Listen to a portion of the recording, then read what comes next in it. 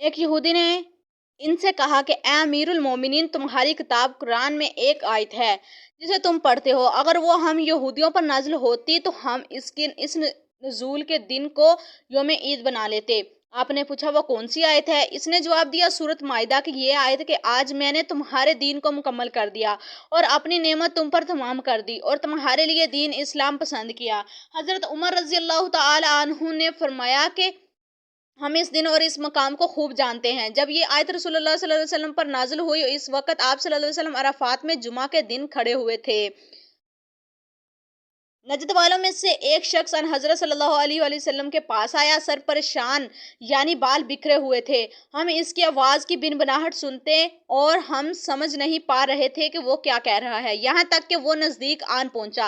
جب معلوم ہوا کہ وہ اسلام کے بارے میں پوچھ رہا ہے، حضرت صلی اللہ علیہ وسلم نے فرمایا کہ اسلام دن رات میں 5 نمازیں پڑھنا ہے۔ اس نے کہا بس اس کے سوا اور تو کوئی نماز مجھ پر نہیں۔ آپ صلی اللہ علیہ وسلم نے فرمایا نہیں، مگر تو نفل پڑھے تو اور بات ہے۔ حضرت صلی اللہ علیہ وسلم نے فرمایا اور رمضان کے روزے رکھنا۔ اس نے کہا اور تو کوئی روزہ مجھ پر نہیں ہے۔ آپ صلی اللہ علیہ وسلم نے فرمایا نہیں، مگر تو نفل روزے رکھے تو اور بات ہے۔ طلحہ نے کہا اور حضرت صلی اللہ علیہ وسلم نے اس سے زکوٰۃ بیان کیا۔ وہ کہنے لگا کہ بس اور کوئی صدقہ مجھ پر نہیں ہے۔ آپ صلی اللہ علیہ وسلم نے فرمایا نہیں، مگر یہ کہ تو نفل صدقہ دے تو اور بات ہے۔ راوی نے کہا پھر وہ شخص پیٹھ موڑ کر چلا، یوں کہتا جاتا قسم خدا کی میں نہ اس سے بڑھاؤں گا اور نہ گھٹاؤں گا۔ حضرت صلی اللہ علیہ وآلہ وسلم نے فرمایا اگر یہ سچا ہے تو اپنی مراد کو پہنچے گا۔ حضرت صلی اللہ علیہ وسلم نے فرمایا کہ مسلمان کو گالی دینے سے آدمی فاسق ہو جاتا ہے اور مسلمان سے لڑنا کفر ہے۔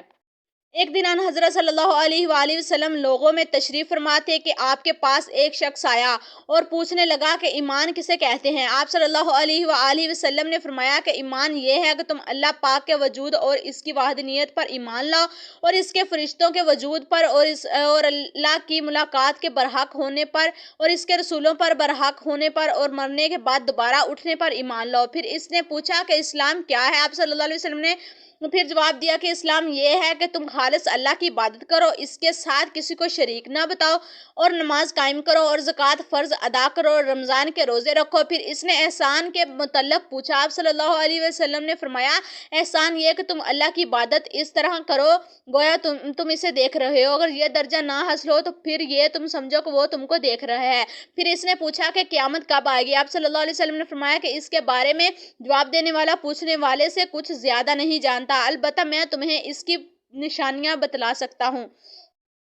وہ یہ ہے کہ جب لونڈی اپنے آقا کو جنے گی اور جب سیاہ اونٹوں کے چرانے والے دیہاتی لوگ ترقی کرتے کرتے مکانات کی تعمیر میں ایک دوسرے سے بازی لے جانے کی کوشش کریں گے۔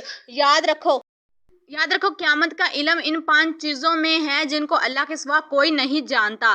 پھر آپ صلی اللہ علیہ وسلم نے آیت پڑھی کہ اللہ ہی کو قیامت کا علم ہے، وہ کب ہوگی، آخر آیت تک۔ پھر وہ پوچھنے والا پیٹ پھیر کر جانے لگا۔ آپ نے فرمایا کہ اسے واپس بلا کر لاؤ۔ لوگ ڈھونڈ پڑے مگر وہ کہیں نظر نہیں آیا۔ آپ صلی اللہ علیہ وسلم نے فرمایا کہ وہ جبرائیل علیہ السلام تھے جو لوگوں کو ان کا دین سکھانے آئے تھے۔ امام ابو عبداللہ بخاری فرماتے ہیں کہ ان حضرت صلی اللہ علیہ وسلم نے ان تمام باتوں کو ایمان ہی قرار دیا ہے۔